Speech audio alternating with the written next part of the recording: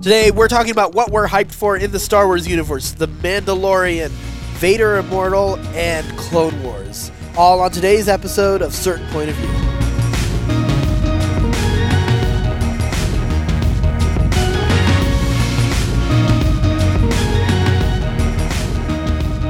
Welcome to Certain Point of View. I'm Addy Thomas. And I'm Ben Milton. Thanks for joining us for our sometimes Star Wars podcast, but today it is truly a Star Wars podcast.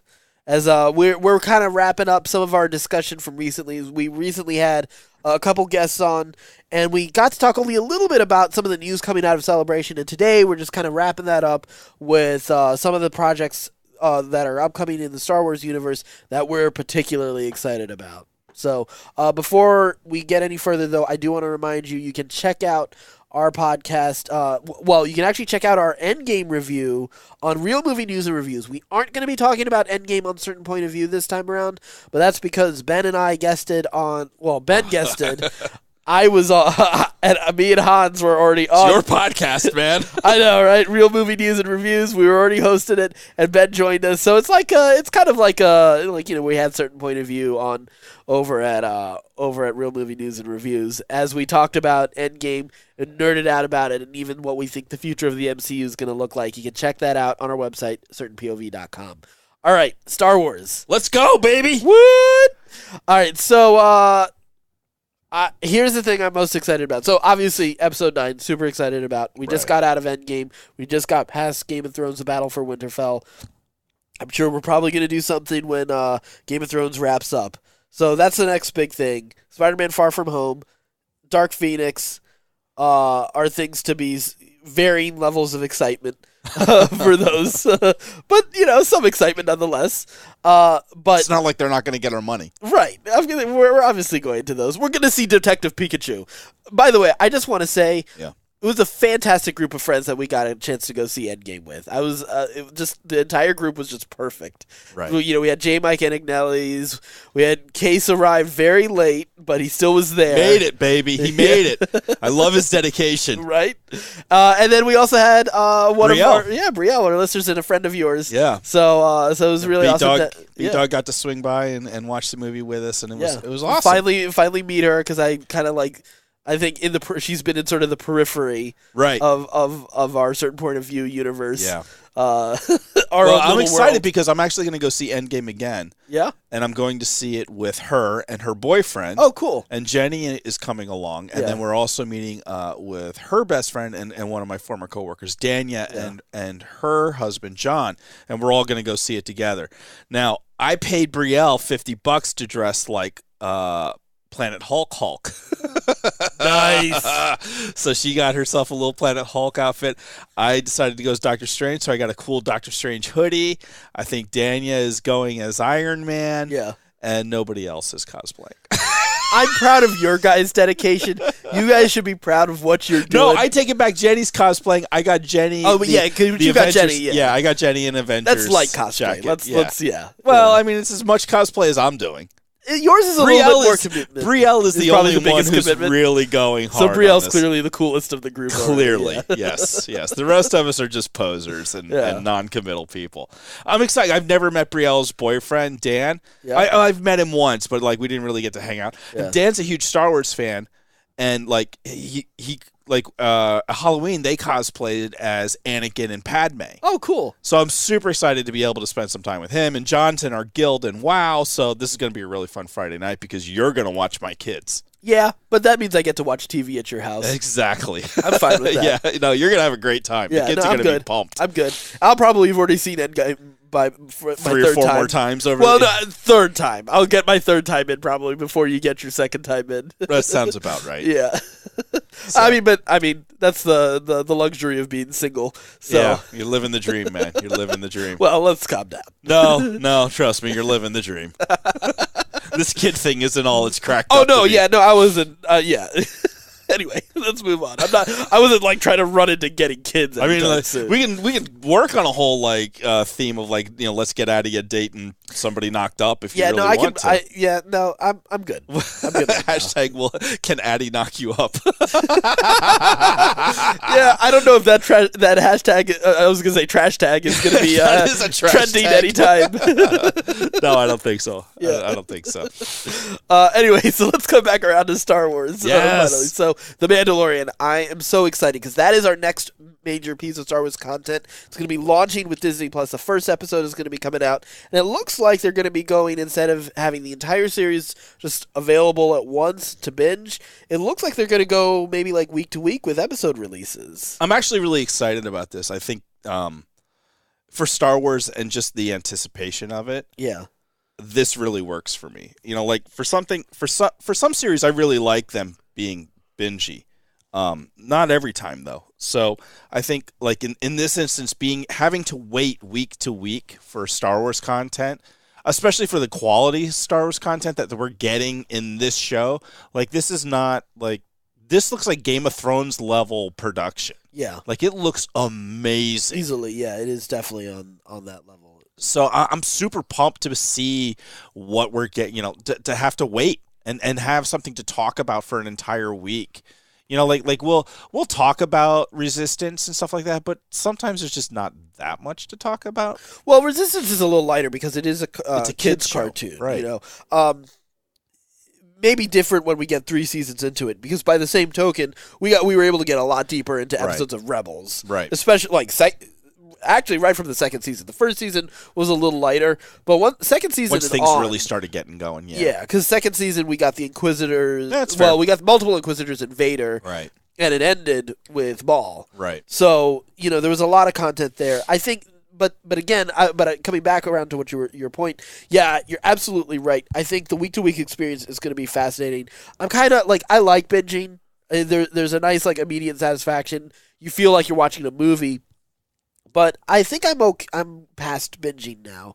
I would rather see the week-to-week experience for a show like this, because there's the social experience of being able to discuss it and have like the theories and the discussions and that kind of experience with the show. And I think that is one of the best journeys to have. You know, as much as I hate the end of Lost, the journey of Lost I still appreciate.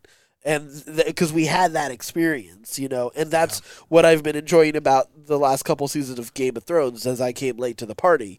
You know, I think the other thing is you also appreciate the craft of it so much more by looking at it week to week and experiencing it, and then seeing the connections being made back. Where when you go on that binge, you know, you just want to find the story, and you leave out some of the craft that comes with something that is as cinematic as TV storytelling has become.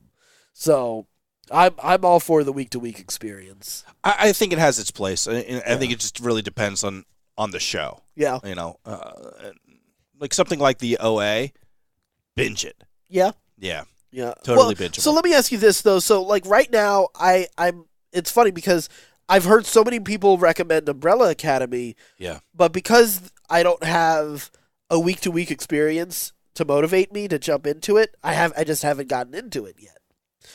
I think the week-to-week experience is better promotionally for a show.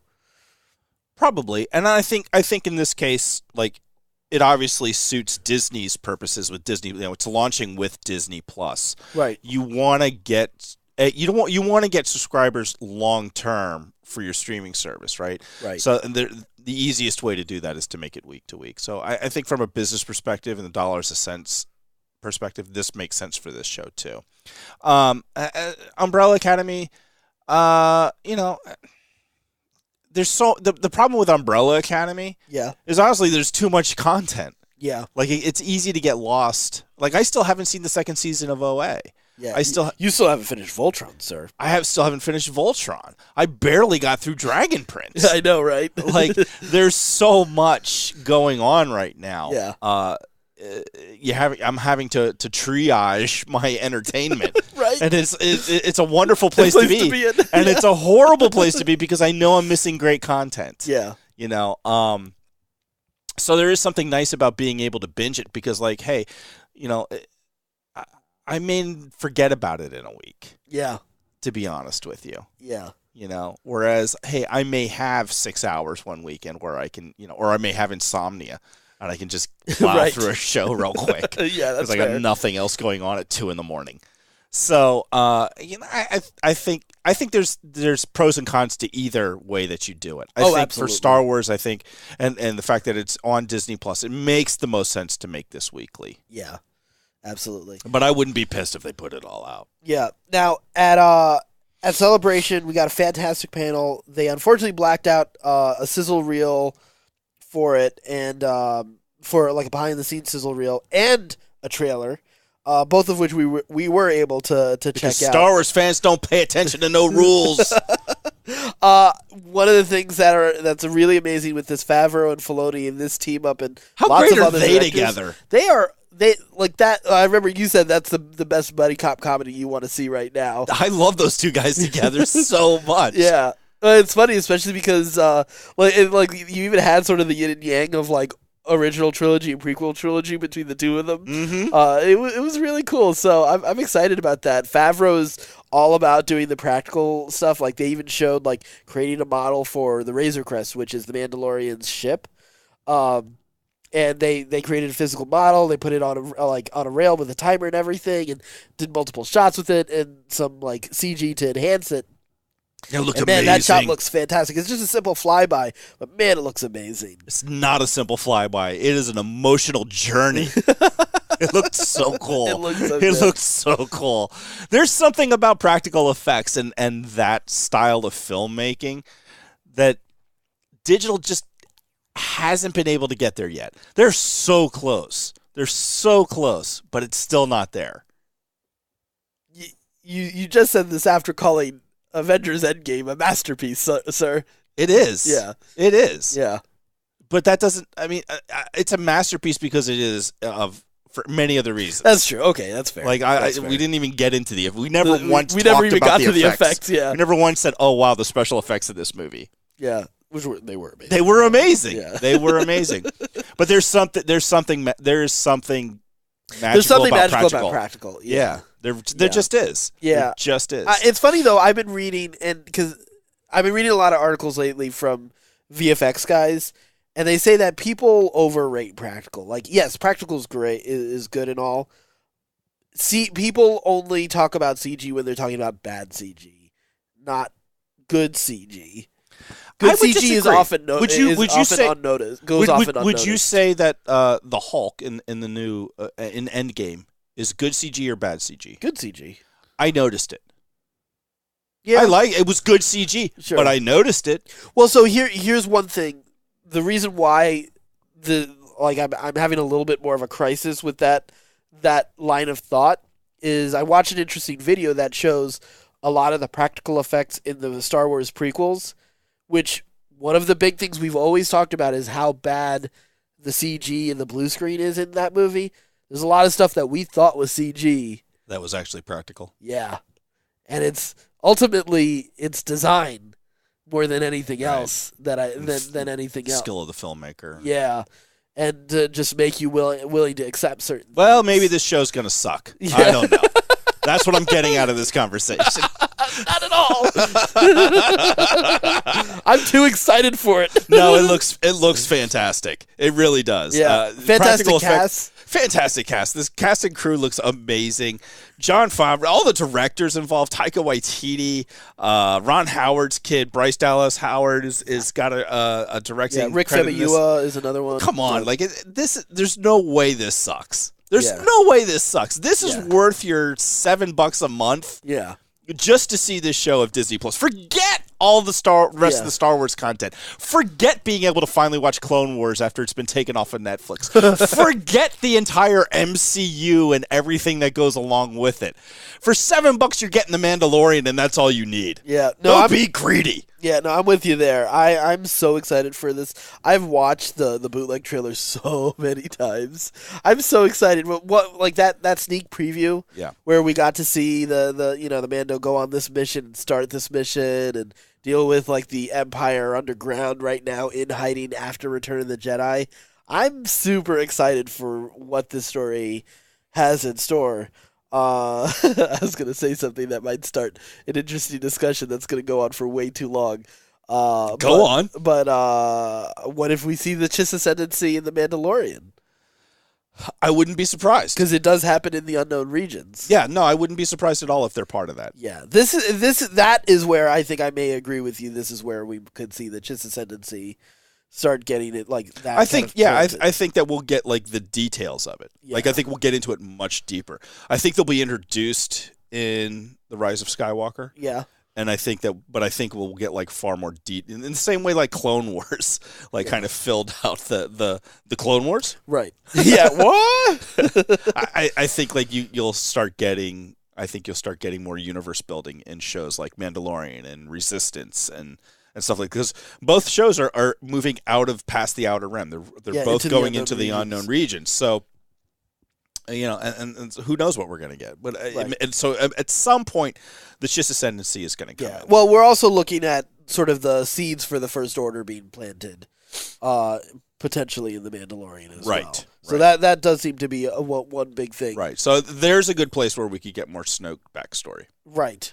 Yeah, and a bunch of other things that we could also get as well. Mm-hmm. So, I mean, who knows what all we'll get there. So, we have Pedro Pascal in the lead as the Mandalorian, wielding the stun gun that we that we saw Boba Fett's first weapon, actually, the one in the cartoon from the holiday special.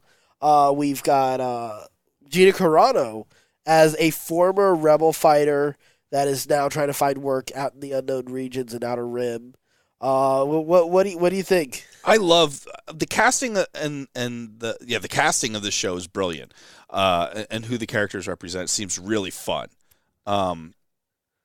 He has the Mandalorian has sort of this very Sergio Leone Western cut to him. He's thin, not overly buff action hero, but still manly aspect. Very Clint Eastwood.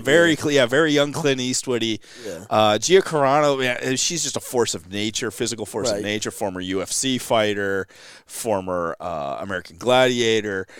She's just a beast, and she's got this big ass machine gun that she's wielding. I'm all about. Which I know you're totally in for. Yeah. Carl Weathers. That guy can't do anything wrong. He's the best. I love this. I'm totally in for this. I don't we don't know much. Those are the official members of the cast that we got to see at the panel. In the trailer, we got a chance to see Gus from Gus Fring. Yeah, Gus Fring from Breaking Bad. Is it Giancarlo Esposito? I think that's right. That sounds about right. Look, of an ex-Imperial officer. We also got Werner Herzog, who's an ex-Imperial as well. Saw him in a bit of the sneak peek there. We also got Bill Burr. It looks like a bounty hunter. Biggest surprise for me. Right? I didn't expect that at all. I was not expecting comedy legend Bill Burr to be in my Star Wars. Right? I was not prepared for that. I totally marked out. I'm so excited about Bill Burr in Star Wars, man. I hope he has the hardcore Boston accent so that we can say, yep, for sure, Boston accents are part of Star Wars, and it opens up a whole line of comedy for the Scruffy Nerfers. Right? We get a Boston Planet. Yes. Yes. We got to go past the North Star. It's going to be the best. I can't wait. I love Bill Burr. I had no idea. Do we know, is he a Star Wars fan? I don't know. I don't know either. He doesn't seem like he would be, right? He doesn't. He does. I think he seems like the guy who would be a Star Wars fan and absolutely detest Star Wars fans. Oh, yeah. Yeah, I can see that. I'm just like, what the hell is wrong with you people? Get a life.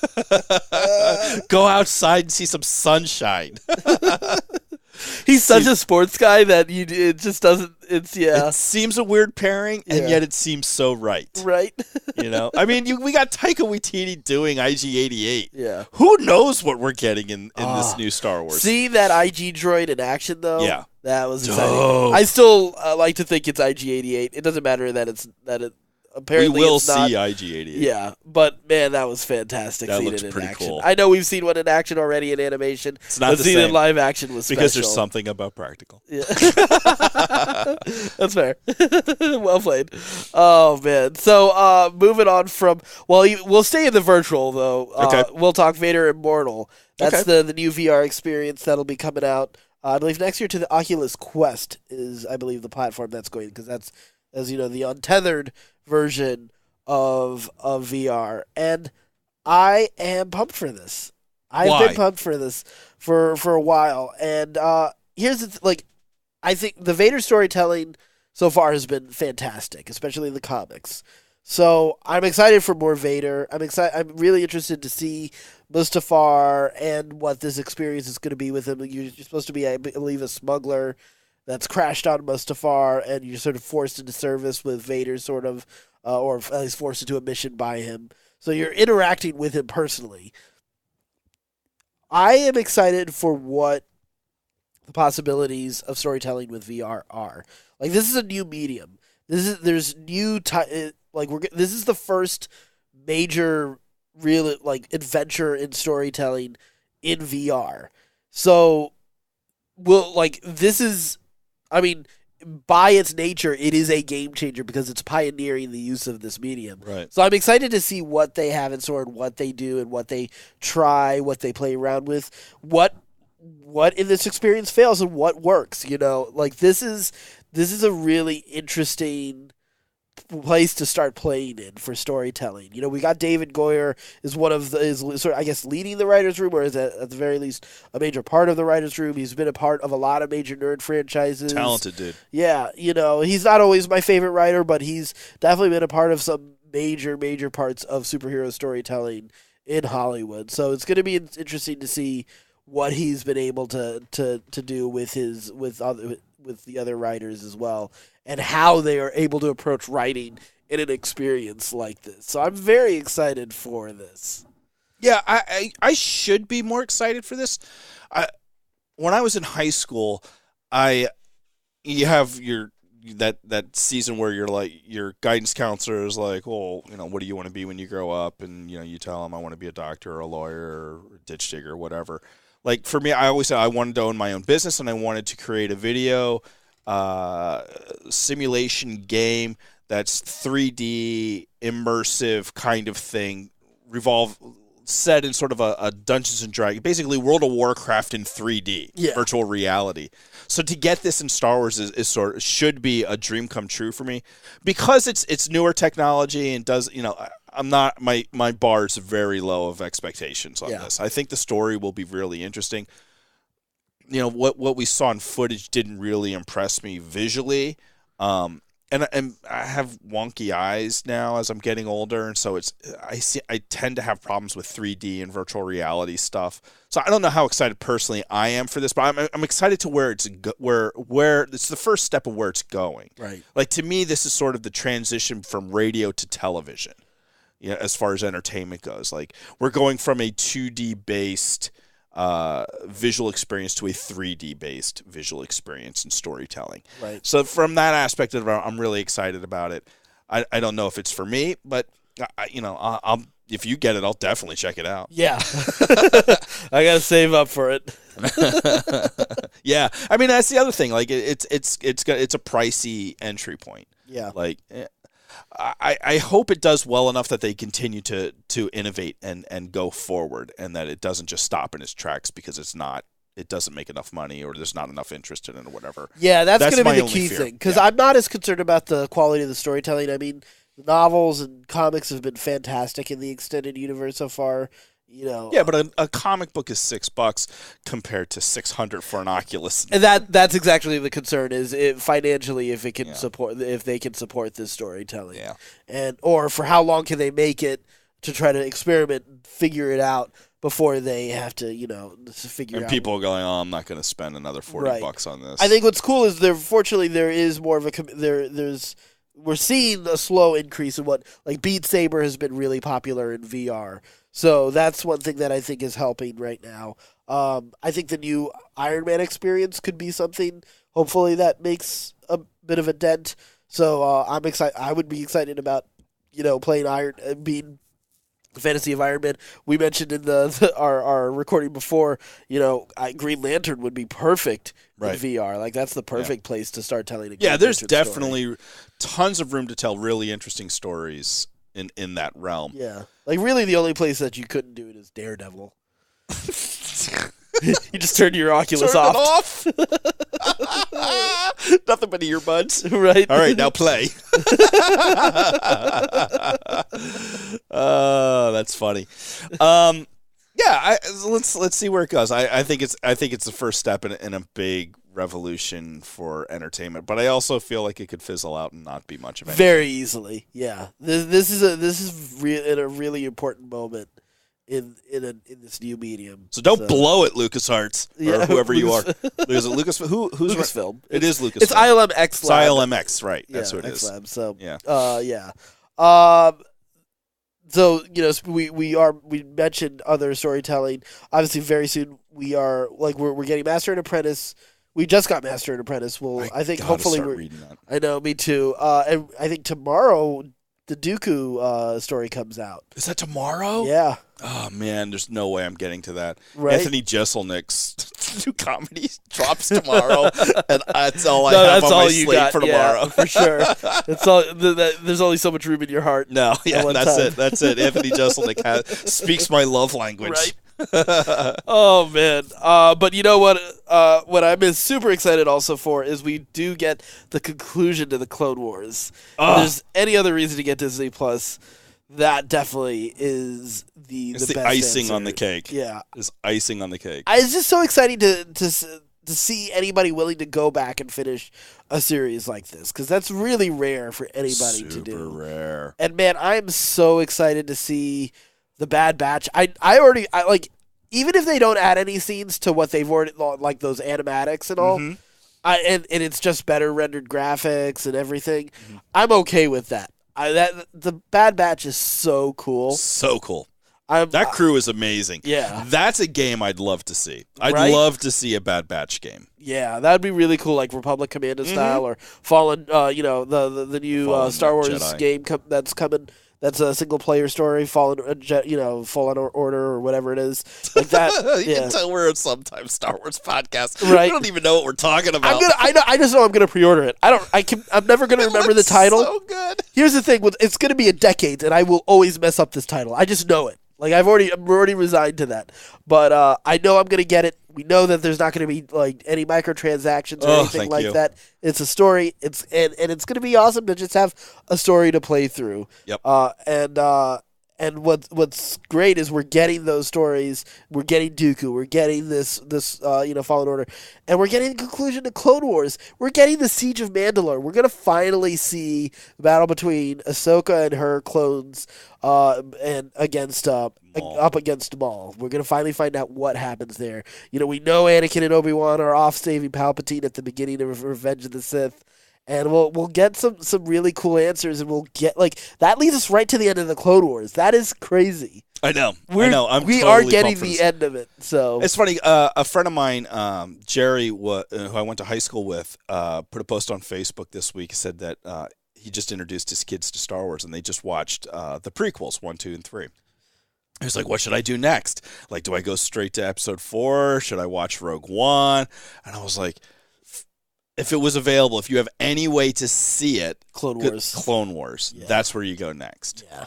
Go see Clone Wars. It'll make the prequels. If she loves the prequels, and apparently she does, she'll love them even more with Clone Wars. Yeah. So to have that wrapping up, to get Ahsoka, one of the best characters in Star Wars. Who would have guessed? Yeah. Like when we were first introduced to Ahsoka. Oh no, nobody was into that character. Yeah. And even if you were slightly, nobody would have ever thought she would get to the point that she did now. That popular that she is, yeah. Yeah. I'm so happy for Ashley Eckstein to have that experience, because it didn't go well initially. People were It was a rough start. It was a real rough start, and so to have her so loved by the Star Wars universe is really, really cool. Yeah. Really cool. And great for Filoni and great for Lucas for introducing that character. Yeah. Absolutely. It almost turned into a Jar Jar, but it managed to keep going, holding the course, and people love Ahsoka. She's one of my favorite characters in all of Star Wars. Yeah. And for many people, she is their favorite character. Yeah. She's definitely top 5 for me. So. Yeah, easily. Yeah. So, I think that about wraps it up for us today. So we talked, we hit each of the major things coming out for Star Wars soon. As we get more updates and more details to talk about, I'm sure we'll talk about it more.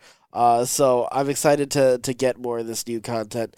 You can check out like we said, our Avengers Endgame podcast is on Real Movie News and Reviews this time instead of on this podcast. You can check that out again at certainpov.com. along with all of our other podcasts. In fact, we'd love if you join the discussion with us. You can do that by joining us on Discord. We have a link on our website. Yes, you can have that. So you can nerd out with us, share memes, share jokes, share your reactions and thoughts and feelings about whatever you've watched lately. All of that is available on our website, certainpov.com. Until next time, stay scruffy, my Nerf herder.